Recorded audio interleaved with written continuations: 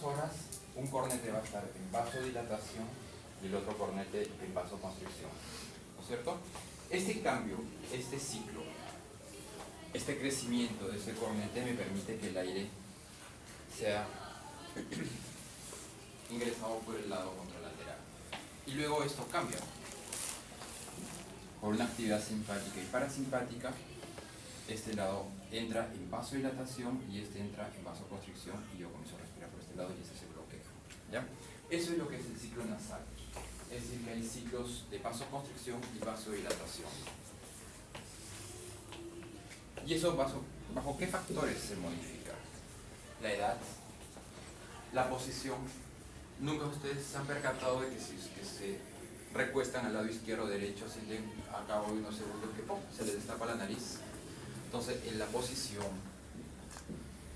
la edad, los requerimientos de oxígeno, la humedad, la temperatura exterior van a hacer que cambie este ciclo nasal, que generalmente dura entre 30 minutos hasta 6 horas. Es decir, que entre 30 minutos a 6 horas está obstruida una fosa nasal derecha, luego eso se cambia y se obstruye el lado izquierdo y yo comienzo a respirar por el lado derecho. ¿Y para qué me sirve? O sea, no es normal de que yo respire por ambas fosas nasales. Lo normal es que siempre encuentre una fosa nasal obstruida y la otra libre.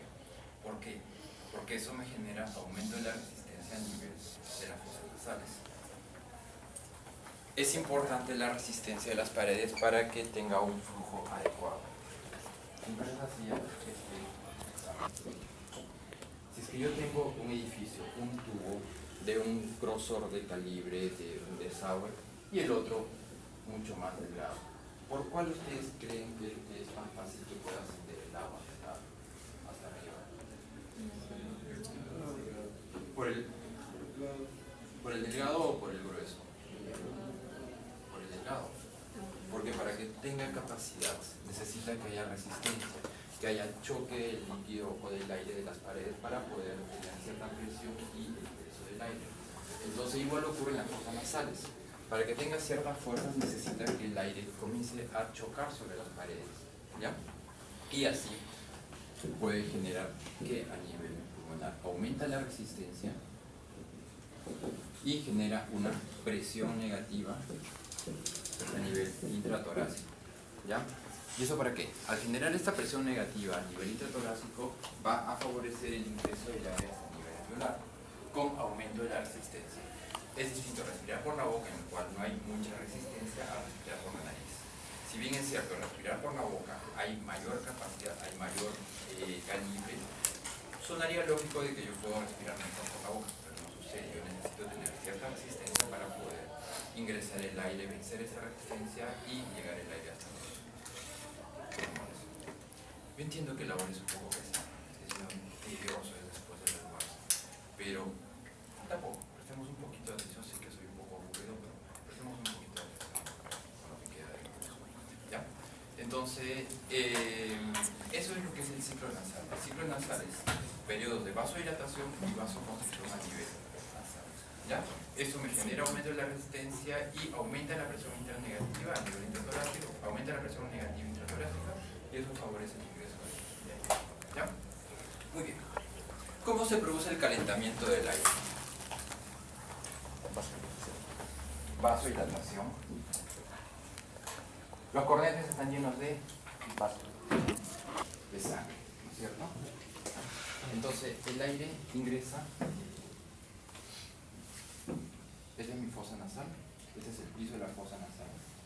Entonces este es mi cornete inferior, cornete medio y cornete superior. ¿Sí? El aire ingresa, este es a nivel nasal, el vestíbulo nasal, choca con la cabeza de cornete inferior, cabeza de cornete medio, y luego pasa por la cola de cornete inferior. Entonces, para que esto llegue, el aire primero ingresa con un flujo laminar, ¿ya? Un flujo mucho más ordenado. Y al chocar con los cornetes, comienza a tener un flujo turbulento. Es muy importante que este flujo sea turbulento.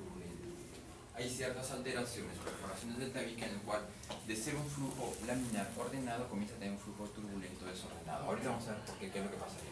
Entonces, este flujo turbulento ¿Qué permite? Que tenga el aire mayor tiempo de contacto con la superficie de los cornetes. Los cornetes, como ya vimos, son estructuras que están llenas de vasos sanguíneos, son como cavernas que están llenas de sangre a una temperatura de 35-36 grados.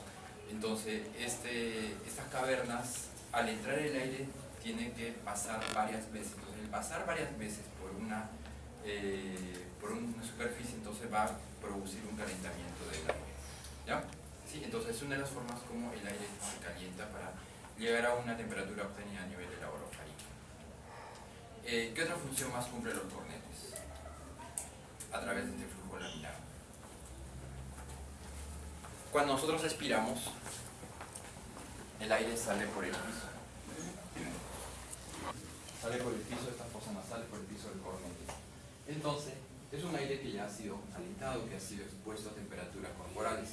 Entonces, al entrar en contacto con una área fría, ¿qué produce? Evaporación. Esta evaporación del aire caliente, estas microgotas de aire caliente comienzan a humedecer el aire que está ingresando, comienzan a humedecer la superficie de la nariz. Entonces, otra de las formas como se comienza a humedecer el aire. Y a calentar, porque es un vapor de aire caliente. Otra de las formas como comienza a humedecer es a nivel del... Este es el cornete inferior, por debajo se encuentra el meato inferior, y en el meato inferior se encuentra la desembocadura del conducto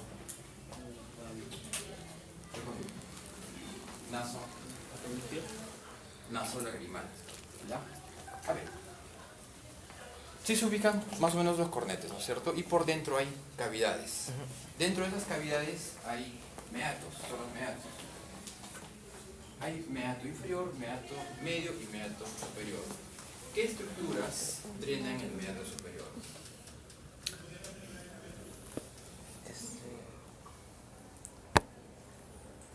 Hay los senos paranasales. ¿Qué senos paranasales conocen?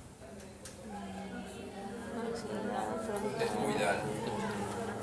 Hay esmoidal anterior y esmoidal posterior. ¿Qué más? Frontal. Maxilar. Frontal. Y, bueno, esfenoidal ligero y esfenoidal. Creo que eso tiene que ver entre sí.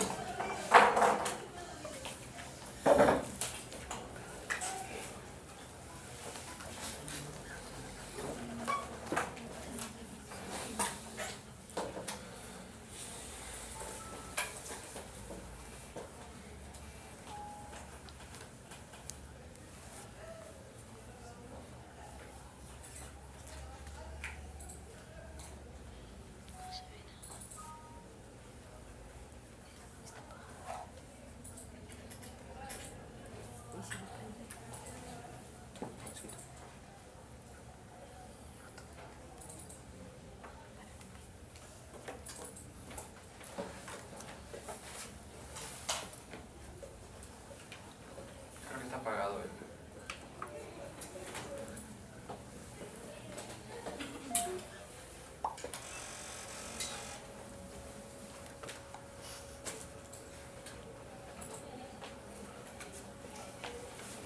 Entonces, en el meato superior drena el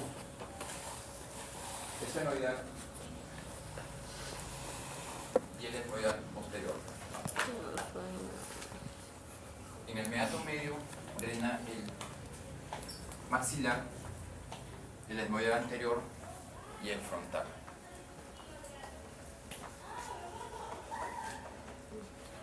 Este es el globo ocular. ¿Sí? Hay una pared muy delgadita. ¿Cómo se llama esta pared? Que divide las celdas etmoidales del globo ocular. Lámina cribiforme.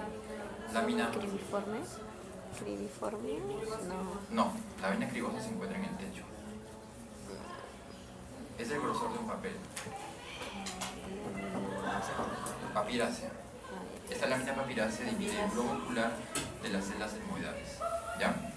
Entonces tenemos acá mi cornete inferior, el meato inferior, cornete medio y el meato medio, y el cornete superior con el meato superior. Entonces el seno maxilar a través del infundíbulo va a drenar, ¿dónde? El maxilar Medio. Medio. meato medio, ¿ya? El frontal, esta no es una, aquí, este es el frontal, y a través del infundíbulo el frontal drena ¿en dónde? Este es el meato cornete inferior, cornete medio. Estas son las células etmoidales, este es el seno maxilar, acá sí se nota el ostium del maxilar, el cual va a drenar en el meato medio. El frontal drena en el medio y las células etmoidales no. ¿Dónde se encuentran estas células etmoidales anteriores? Este es el cornete y esto va a ser el meato medio. Y estas células etmoidales drenan el meato medio, ¿ya? Y el frontal igual, ya vimos que es en superior. Y aquí hay una división en la cual hay células etmoidales anteriores y células etmoidales posteriores. Entonces hay una división entre las células etmoidales anteriores y las posteriores. Se llama la lamela basal. Esta lamela basal es la inserción del cornete medio. El cornete medio va a tener dos inserciones. Bueno, antes tenía muchas clasificaciones, que se insertaba del techo, que se insertaba del ojo, que se insertaba de la pared. Entonces, ahora básicamente se dice que tiene dos inserciones del cornete medio. Tiene una inserción lateral que viene de la lámina del ojo, de la lámina papirácea, y una inserción vertical que viene del techo, ¿ya? Entonces, cuando esta inserción del cornete medio viene de horizontal hacia vertical, va a formar lo que es la lamela basal. Y esa lamela basal me va a dividir de células etmoidales anteriores las células etmoidales posteriores. Entonces, las células etmoidales anteriores van a drenar en el meato medio y las células etmoidales posteriores el meato superior. ¿Qué drena entonces en el meato superior? Las frontales y frontales, meato superior. frontales. Esfenoidal y etmoidal posterior. ¿Algo más? No. Nada más. Listo. Exacto. Bien. Entonces, ¿en qué estamos?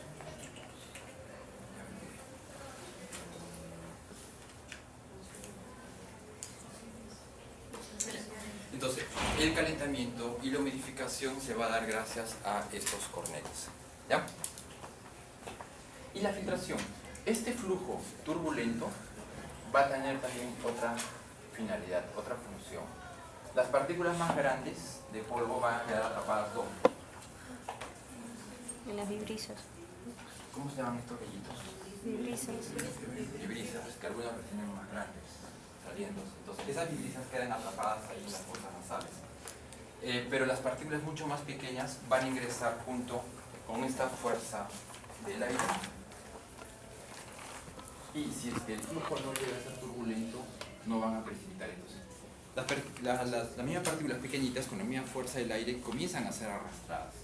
No quedan atrapadas aquí en esa vibrita. Entonces, al ingresar esas partículas de polvo, van a chocar entre sí. Y al chocar, van a perder esa fuerza centrípeta y van a comenzar a caer.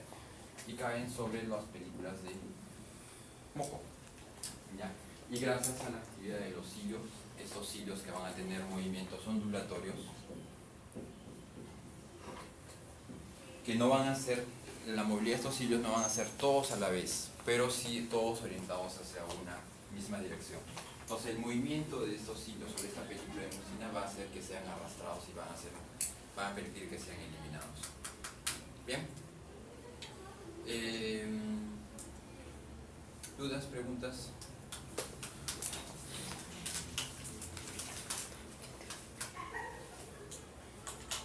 Hay un síndrome, que es el síndrome de nariz vacía, lo que va a dar también a lo que es la ocena.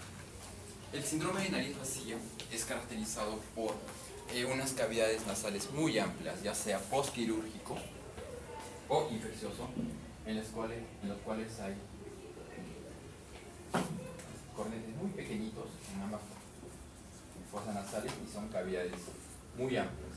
Y los pacientes refieren de que no respiran bien, que el aire no entra con adecuada presión, y es la sintomatología del paciente. Entonces, el síndrome de nariz vacía. Les habíamos hablado también acerca de cuando hay una perforación del tabique, que generalmente suele ser postquirúrgico, postraumatismo o cocaína, entonces esta perforación del tabique hace que el aire comience a mezclarse de un lado al otro lado y comienza a perder este flujo turbulento ordenado y se comienza a producir un flujo caótico y el paciente de igual forma comienza a tener síntomas de obstrucción nasal. ¿Ya? Entonces es muy importante que este flujo sea ordenado, que sea turbulento, pero con determinado orden. ¿Ya? En los casos de una sinusitis, habíamos conversado de que esta lámina es la lámina papirácea. En los casos de sinusitis me puede producir abscesos parasitales, es decir,